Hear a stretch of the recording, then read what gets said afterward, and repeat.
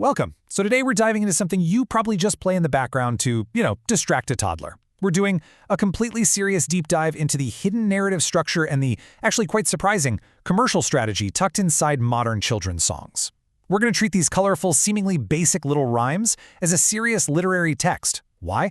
Well, because when you actually slow down and deconstruct the modern nursery rhyme, you uncover this wild world of escalating drama, surrealist poetry, and highly calculated marketing. So buckle up for this explainer because we are going on a really fascinating journey. Okay, let's dive into this. On the surface, I know, that question sounds like the setup to a really weird joke. I mean, what do stuck elephants, empty peanuts, and mobile apps possibly share? Well, as we look at the source material today, which is a continuous sequence of popular Hindi nursery rhymes, we're going to see exactly how these three completely unrelated things are threaded together to create a highly effective, modern piece of children's media. We're going to break down the underlying structure of these songs and see how they evolve from traditional ancient storytelling to something much, much more contemporary. So that brings us to Section 1, the elephant escalation. We're kicking things off with the classic rhyme, Ek Mota Hathi, which translates to one fat elephant. Now, at first glance, obviously it's just a simple counting song designed to teach toddlers their numbers. But if we actually look closer at the narrative arc, it is a masterful mathematical progression perfectly disguised as a high-stakes survival thriller. Our story begins, as all great epics do, incredibly simply. One single elephant. He just goes out for a leisurely walk.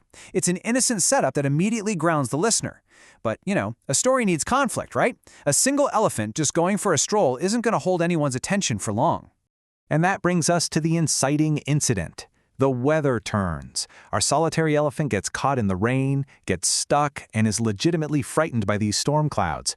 The narrative immediately introduces a serious hazard, and what does our protagonist do? He signals to a friend. The lyrics literally tell us he gestures to a second elephant, repeatedly calling out, "Come here, come here, come here." And this right here is the core engine of the song. An elephant gets into trouble, summons another elephant, and boom, we increase our count by 1. And this brilliantly illustrates the real genius of the song. As the number of elephants increases, the basic math lesson is contrasted with these increasingly ridiculous, literally absurd physical traps.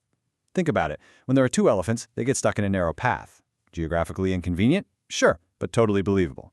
But then, they call a third elephant, and the 3 of them somehow sit on a tiny bicycle that they obviously cannot pedal.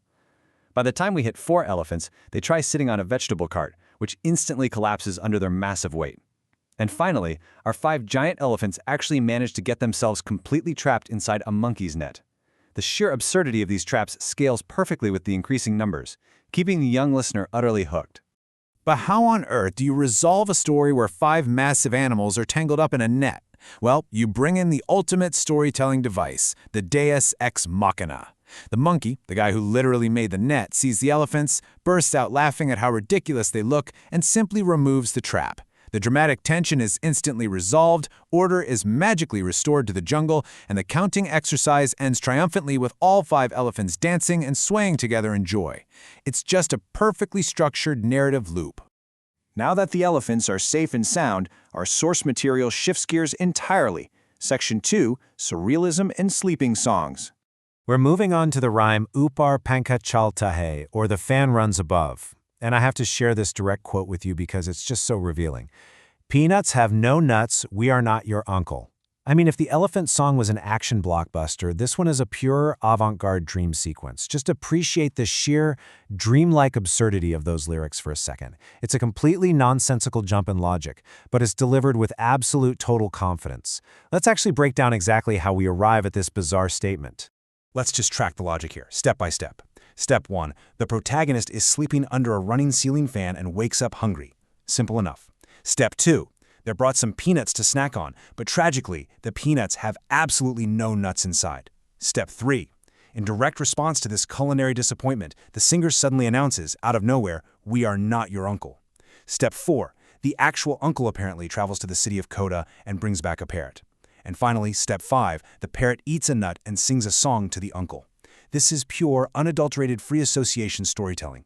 It beautifully mimics the actual structure of a toddler's imagination, where one random thought loosely triggers another, keeping them engaged precisely because it completely defies adult logic. But here's the crazy part. Despite that total lyrical chaos, there is actually a super strict structural formula at play. When we compare the Ajay verse to the Mooney verse, the song acts exactly like a Mad Libs template. Fan runs above, insert name sleeps below. They wake up hungry and insert person brings peanuts. The source material strictly swaps out the subjects, Ajay, then Mooney, but it keeps the totally absurd narrative about the empty peanuts and the singing parrot exactly the same. It creates this really brilliant sense of comforting predictability, totally wrapped around total lyrical chaos. Which brings us to our final act. Section 3, the modern edtech pivot.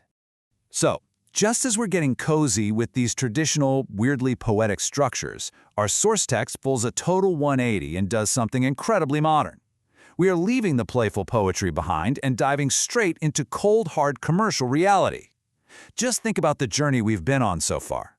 We've survived monsoon rains with a squad of elephants. We've navigated the completely surreal logic of empty peanuts and traveling uncles. So where does this musical journey actually end? What is the grand finale here? So, the crucial point is, it doesn't end with a song at all. It ends with a direct, unfiltered call to action. The transcript just starkly pivots. Suddenly, a voice jumps in and tells the listener to come play stories and songs, solve puzzles, play games, learn English, learn math, learn about colors, and finally, the real kicker, download the Apples and Bananas app. The music literally stops being a standalone piece of entertainment and reveals itself to be a commercial. And this right here, this is exactly what marketers call the digital funnel. It is the calculated jump from passive listening to interactive digital learning. And this is so incredibly relevant to anyone watching modern media today. Classic childhood songs, these traditional rhymes that have literally been passed down through generations, are now frequently packaged as top-of-funnel marketing. The primary goal isn't just to entertain a kid for 5 minutes anymore. The goal is to draw them, and of course their parents' wallets, into a massive interactive edtech ecosystem. The elephants and the parrots, they're just the bait. The mobile app is the hook. Which really leaves us with this one big, profound question to ponder. Are these traditional rhymes still just innocent fun, or have they fundamentally evolved? Have our oldest cultural touchstones, our simplest childhood stories, just become the ultimate, most effective gateway to the digital classroom? It's a really fascinating look at how storytelling adapts to technology and how the ancient art of the nursery rhyme is not just surviving, but actively thriving in the app economy. Thank you so much for joining me on this explainer today. Keep analyzing, keep questioning, and I'll catch you next time.